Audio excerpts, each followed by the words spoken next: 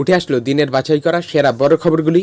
অবশ্যই ভিডিওটিকে লাইক করবেন, চ্যানেল সাবস্ক্রাইব করে নিন এরকমই গুরুত্বপূর্ণ খবর একবারে সঠিক তথ্য শোনার জন্য। চলুন তাহলে এক একটি খবর এক এক করে শুনে নেওয়া যাক। বাংলায় কংগ্রেসের বড় দায়িত্ব অধীরের কাঁধেই দিলেন রাহুল। বাংলায় কংগ্রেসের রাজনৈতিক কর্মকাণ্ড বাড়ানোর নির্দেশ দিলেন রাহুল গান্ধী। তাৎপর্যপূর্ণভাবে অধীর চৌধুরীকেই সেই নির্দেশ দিলেন রাহুল। সূত্রের খবর, অধীর চৌধুরীকে ডেকে পাঠিয়েছিলেন রাহুল গান্ধী।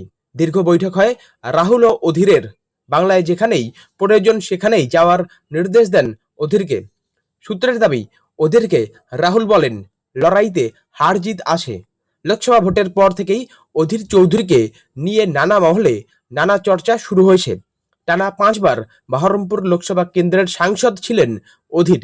এই প্রথমবার তাকে হারিয়ে বহরমপুর পায় তৃণমূল কংগ্রেস। সাংসদ হন ক্রিকেটার তারকা ইউসুফ পাঠান। বহরমপুরে অধীরের হার কার্যত ভোটের রাজনীতিতে ইন্দ্রপতন বলেই মন্তব্য করেছেন রাজনৈতিক বিশেষজ্ঞ থেকে আমজনতা। আর এসবের মধ্যেই জোট নিয়ে দিল্লির সঙ্গে সম্পর্কে কিছুটা চড়াই উতরাই চলেছে অধীরের। প্রদেশ কংগ্রেস সভাপতি পদ ছেড়েছেন অধীর। আর পদ ছাড়ার পরই দিল্লির কংগ্রেস নেতৃত্বের আচরণে ক্ষোভ উগরে দিয়েছেন অধীর। দিল্লির বৈঠকে অধীরকে প্রাক্তন প্রদেশ কংগ্রেস সভাপতি বলে সম্বোধন করায় রাজ্যের এআইসিসি পর্যবেক্ষক গোলাম মীরের উপর বেজায় চটেন তিনি। প্রকাশ্যেই বলেন, এখন বাংলায় দুজন এআইসির নেতা, গোলাম মীর আর সিং সাহেব বলে একজন, এরাই এখন রাজ্যের মাথা হয়েছে। এরা রাজ্যের কিছু বিশেষ লোককে চেনে, সব লোককে চেনে বলে আমার জানা নেই। কাল আলোচনা শুরু হওয়ার আগে যখন নিজের মধ্যে কথা হচ্ছে তখনও ভেনুগোপাল আসেনি। তখন গোলাম মীর হঠাৎ করে বলেন, ফরমার কংগ্রেস প্রেসিডেন্ট। এরপরেই অধীরকে নিয়ে নানা জল্পনা শুরু হয়। এবার অধীরকে শান্ত করতে ময়দানে খোদ রাহুল গান্ধী। উঠছে সেই প্রশ্নই, যার শর্তে জামিন সিসোদিয়াকে। ইডি সিবিআই নিম্ন আদালতকে সুপ্রিম তুলোধনা। 4টি শর্ত সাপেক্ষে জামিন পেলেন মনীষ সিসোদিয়া। প্রায় 18 মাস আগে দিল্লির প্রাক্তন উপমুখ্যমন্ত্রীকে দিল্লির আবগারি দুর্নীতি মামলায় গ্রেপ্তার করেছিল সিবিআই, তারপর এনফোর্সমেন্ট ডিরেক্টরেটও।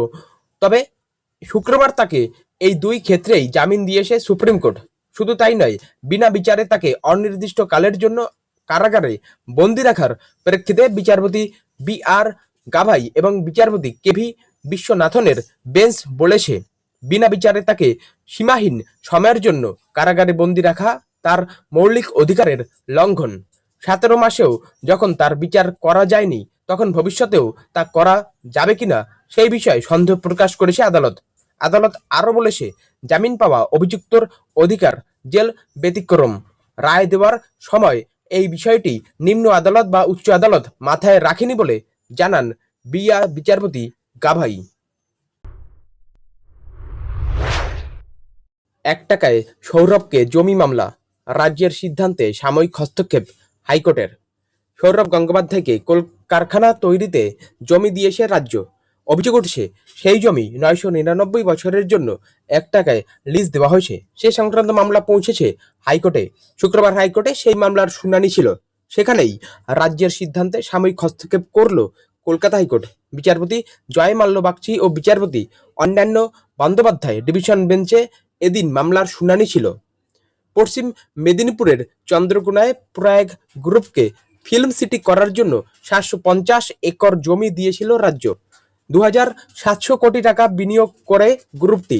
যদিও পরে চিটফান্ড মামলায় নাম জড়ায় গ্রুপের। অভিযোগ ওঠে, সাধারণ মানুষের কাছ থেকে কোটি কোটি টাকা তোলা হয়। ফিল্ম সিটিতে বিনিয়োগের 2700 কোটি টাকাও এভাবেই তোলা হয়েছিল বলে অভিযোগ। প্রয়াগ গ্রুপের সব সম্পত্তি বাজেয়াপ্ত করা হয়। সেই 750 একর জমিও ছিল তালিকায়।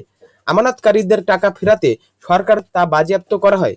এরই মধ্যে অভিযোগ, সেই 700 একর জমি থেকেই সৌরভকে কারখানার জন্য জমি দেওয়া হয়েছে। কেন এই জমি মাত্র 1 টাকায় দেওয়া হয়, সেই প্রশ্নকে সামনে রেখে দায়ের হয় জনস্বার্থ মামলা। মামলা করেন শেখ মাসুদ নামে এক ব্যক্তি। আদালতের নির্দেশ, এই মামলার বিচারের উপরে জমির মালিকানার ভবিষ্যৎ নির্ভর করবে। যে 350 একর জমি নিয়ে বিতর্ক, তার মধ্যে 11.28 একর জমি শৈলেন্দ্র তালুকদার কমিটির হাতে রয়েছে। রাজ্যের দায়িত্ব ওই জমির দখল পেতে কমিটির কাছে দরবার করা। এই অবস্থায় ওই জমি নিয়ে কোনো রকম ব্যবহার বিক্রি কিছু করতে পারবে না রাজ্য। বাংলাদেশে কি ফিরবেন হাসিনা? বড় দাবি করলেন পদত্যাগী প্রধানমন্ত্রীর ছেলে। নির্বাচন ঘোষণা হলেই বাংলাদেশে ফিরবেন শেখ হাসিনা, এমনই দাবি করেছেন শেখ হাসিনার ছেলে সাজিব ওয়াজেদ জয়। বাংলাদেশে তুমুল বিক্ষোভের জেরে প্রধানমন্ত্রী পদ থেকে ইস্তফা দিয়ে ভারতে চলে আসেন শেখ হাসিনা। নোবেলজয়ী মোহাম্মদ ইউনুসের নেতৃত্বে নতুন অন্তর্বর্তী সরকারও গঠন হয়েছে বাংলাদেশে। বৃহস্পতিবার শপথ নিয়েছেন ইউনুস সহ নতুন সরকারের মন্ত্রীরা। যদিও নতুন সরকারে আওয়ামী লীগ যোগ দেয়নি, এই সরকারের উপরই দেশে নতুন করে সাধারণ নির্বাচন আয়োজনের ভার থাকবে।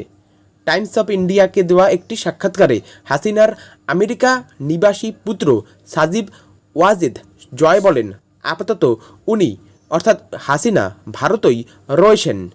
নতুন সরকার নির্বাচন ঘোষণা করলেই তিনি বাংলাদেশে ফিরবেন। সূত্রের খবর, হাসিনাকে আপাতত নয়াদিল্লির কাছেই কোনো একটি সেফ হাউসে রাখার ব্যবস্থা করেছে ভারত সরকার। ব্রিটেনেই আশ্রয় নিতে আগ্রহী বাংলাদেশের প্রাক্তন প্রধানমন্ত্রী, যদিও ব্রিটেন তাকে আশ্রয় দিতে নারাজ। এই পরিস্থিতিতে গতকাল ভারতের বিদেশমন্ত্রী এস জয়শঙ্কর ব্রিটেনের বিদেশমন্ত্রীর সঙ্গে টেলিফোনে কথা বলেন বলে সূত্রের খবর। যদিও আলোচনার বিষয়বস্তু নিয়ে সংবাদ মাধ্যমে কিছু জানাননি এস জয়শঙ্কর। তিনি শুধু জানান, বাংলাদেশ নিয়েই ব্রিটেনের বিদেশমন্ত্রীর সঙ্গে কথা হয়েছে তার।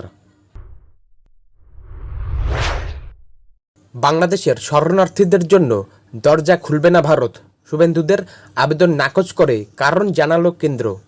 রাজ্যের বিরোধী দলনেতা শুভেন্দু অধিকারীর আবেদন সত্ত্বেও বাংলাদেশের শরণার্থীদের জন্য দরজা খুলছে না ভারত। সীমান্তে কড়া নিরাপত্তা জারি করা হয়েছে। পাসপোর্ট ও ভিসা দেওয়ার ক্ষেত্রেও কঠোর অবস্থান নিয়েছিল। যদিও বিজেপির রাজ্য নেতৃত্বের পক্ষ থেকে শুভেন্দু অধিকারীরা বাংলাদেশে আক্রান্ত হিন্দু শরণার্থীদের ভারতে আশ্রয় দেওয়ার জন্য আবেদন করেছিল, কিন্তু এই মুহূর্তে নতুন দিল্লির সাউথ ব্লক বাংলাদেশের শরণার্থীদের নিয়ে কড়া অবস্থানে অনড় রয়েছে। বাংলাদেশের নতুন সরকারের সঙ্গে প্রথম থেকেই সম্পর্ক খারাপ করতে চায় না নরেন্দ্র মোদীর সরকার, তেমনই ইঙ্গিত দেওয়া হয়েছে দিল্লির পক্ষ থেকে।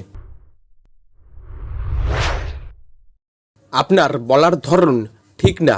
রাজ্যসভায় জয়া বচ্চন জগদীপ ধনকরের বাদানুবাদের ভিডিও। এবার জয়া বচ্চন এবং রাজ্যসভার চেয়ারম্যান জগদীপ ধনকরের বাদানুবাদ নিয়ে জোর চর্চা শুরু হয়েছে রাজনৈতিক মহলে। রাজ্যসভায় দাঁড়িয়ে জয়া বচ্চন বলেন, জগদীপ ধনকর যে ভাষায় তার সঙ্গে কথা বলেন তা ঠিক নয়। শুধু তাই নয়, জয়া বচ্চন আরও বলেন, জগদীপ ধনকর হয়তো অধ্যক্ষের চেয়ারে বসে থাকতে পারেন, কিন্তু তারা প্রত্যেককে একে অপরের সহকর্মী।